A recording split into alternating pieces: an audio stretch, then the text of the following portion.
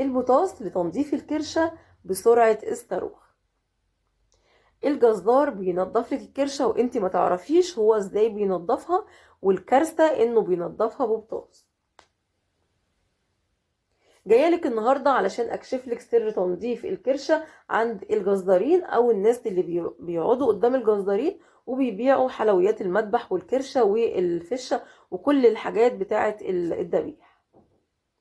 ما بقولكيش اعملي الطريقه ولا بقولك الطريقه كويسه، انا جايه احذرك من الطريقه واعرف الناس اللي ما تعرفش او ايه سر تنظيف الجزار للكرشه.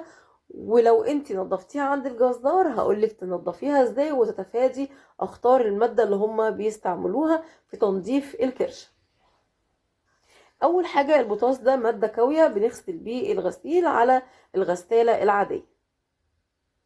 بيجي من عند العطار، بيتحط زي جزء صغير جدا في الميه وبينضفوها بميه ساقعه. هقولك لو انت مريتي بالموضوع ده تنضفي الكرشه ازاي وتنضفيها تماما ازاي، علشان طبعا ما ترميش الكميه لو انت عندك كميه كبيره وفعلا انت جبتيها متنضفه، بدل ما ترميها هقولك ازاي تنضفيها وانت ليكي حريه الاختيار. طيب هنعمل ايه؟ اول حاجه هعرفك الطريقه اللي بينضف بيها الجزار الكرشه علشان تبقي مستوعبه معايا ايه الموضوع. اول حاجه بيجيب ميه كده على من الحنفيه في اي يعني طبق او بوله بالشكل ده، وطبعا هو عنده بيكون الكميه كبيره وبيكون عنده الوزن بيبقى كتير قوي او الكرش بتاع الذبيحه كبير، فطبعا بيحط فتشوط بينزلوا ميه من الحنفيه وبيحطوا يعني زي حته صغيره كده، ربع معلقه او نص معلقه للكميه اللي انا هستعملها. ولكن لو الكميه كبيره هيحط نفس القطعه اللي انا ماسكاها دي كلها، هناخد منها قطعه صغيره بالشكل ده وبتتحط كده وبتتذوب وبيتحط عليها الكرشه في الميه الساقعه وفي البوتاص. اول ما بتتحط ما بتاخدش ثواني والطبقه اللي عليها بتبقى زي العجين كده وبتدوب وبتنضف معاه بكل سهوله. عايزه اقول لك كمان سر تاني، ان هو بعد ما بينضفها لازم يغسلها بفرشه البلاط. ليه هيغسلها بفرشه البلاط؟ علشان البوتاص بيعمل ماده لزجه كده ومزملقه كده على وش الكرش، فطبعا مش هينفع يبيعها كده، فبيمسكها علشان الزبون ما يعرفش ان هي متنضفه ببطاس، فبيجيب فرشه البلاط وبيفضل يغسل في الكرشه. طبعا الكرشه بتكون قطعه واحده، الكرش بيكون كامل يعني ولا ما بينضفه بيكون كامل زي ما انتم عارفين، وبتلاقيه في الطشت كده عند الناس اللي بتبيع قدام الجزارين الكميه على بعضها وبيتقطع منها حسب الوزن. طيب بعد ما بينضفها بالبطاس بيجيب فرشة البلاط وبيفضل يدعك فيها كده تحت الحنفية علشان بواقي البطاس يطلع من على وش الكرشة وما يكونش المادة بتاعة البطاس مزحلقة في الكرشة. تمام، انا هنا بوريكم بيكون شكلها عامل ازاي، ومش هكمل طبعا عشان انا ما بشجعش الطريقة، علشان ما حدش يقول لي انت بتشجعي طريقة غلط ويكتب لي تعليق سلبي. طيب ايه الحل ايه لو انت جبتيها وما تعرفيش؟ الحل ان انت تغسليها بدقيق، تغسلي الكرشه بدقيق وبليمون 3 4 5 مرات لغايه ما تلاقيها زيقت تحت ايديكي. بعد كده طريقه السليق مهمه جدا، بتغلي ميه على النار وبتحطي الكرشه فيها وبتسيبيها حوالي نص ساعه على النار، بتنزل كل الماده اللي فيها، او لو فيها بواقي من البطاطس بتنزلها في الميه، بتدلقي الميه دي، تدلقي الميه اللي انت سلقتي فيها الكرشه بعد نص ساعه او ساعه من الغليان. وبعد كده بتشطفي كده الكرشه بشويه ميه من السخان، ميه من السخان. وبعد كده بتشطفيها بس كده من على الوش كده وشطفه خفيفه، بترش عليها يعني ميه، وبعد كده بتغلي ميه جديده وبتحطي الكرشه وبتستوي وما تخافيش خالص. طيب هجيب كده، هما بيعملوا كده، بصوا بقى بيجيبوا مثلا البطاطس ياخدوا ايه حته كده، شايفين الحته دي بس كده يحطوها على الميه بس كده تمام، وده كل ده هيتشال، يعني الحته الكبيره دي كلها كده اتشالت، احنا حطينا حبه صغيره حته صغيره خالص، خلاص كده.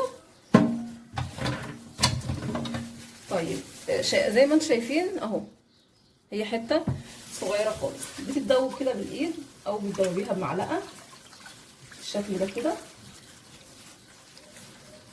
يا جماعه ارجوكم مش عايزه تعليقات سلبيه، انا بوريكم طريقه الجزار، ما بقولكوش اعملوها، يعني انا ما بحبش اقول لكم اعملوا حاجه كمان ليه؟ لان الطريقه اللي انا بتبعها ومعتمداها في تنظيف الكرشه، البيكنج باودر بيديني نفس النتيجه بالظبط، نفس الملمس بتاع الكرشه كده وانا بنضف هو. لان طبعا البيكنج باودر لما انت بتحط عليه ميه تلاقوه عامل زي ما يكون ماده كاويه، بيلسع في التنظيفات يعني. بصوا هجيب بقى الكرشه كده بعد ما دوبتها وهتحطيها كده تمام بالشكل ده اهو كده. لو في حاجه تانية كده بتتحط اهو بالشكل ده، تقعد حوالي 10 دقايق، ما بتكملش كمان ال10 دقايق، وتلاقيها كل الرواسب اللي عليها دي بقت طريه خالص كده وتتشيل.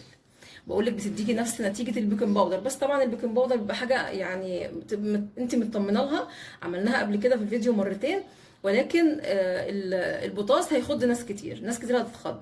وكمان البيكنج باودر هتغسلي الحاجه بتاعتك اكنك يعني لو انت ما غسلتهاش قوي واتكيتي عليها في الغسيل فمش هيبقى فيه مشكله، لكن البوتاص لازم غسيل ولازم دعك ولازم مراحل كتير علشان تتوهي البوتاص. طب هتقولي طيب انت عملتيها ليه وجايه تقولي ليه؟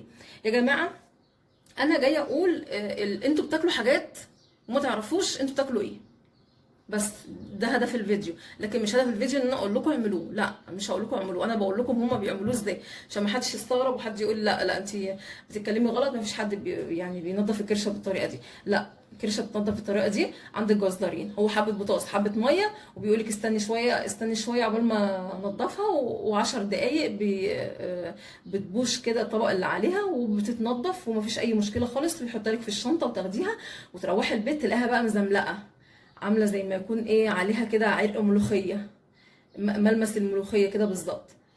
هنا تعرفي ان هي معموله ببطاطس تمام. انا بقول لك كتوعيه، لكن وهرجع اقول لكم يعني مش هيبقى حرام انك تعملي، يعني لو انت عملتيها بالطريقه دي مش مشكله اعمليها، بس نضفيها كويس، اشطفيها كويس، نضفيها كويس، وغيري ميه السليق. هقول لكم حاجه تانية، الناس اللي بص احنا بنتكلم عقبال ما الكرشه بدل ما اعمل فاصل واقطع ونرجع ننضف، لا بتكلم عقبال ما هي تبوش.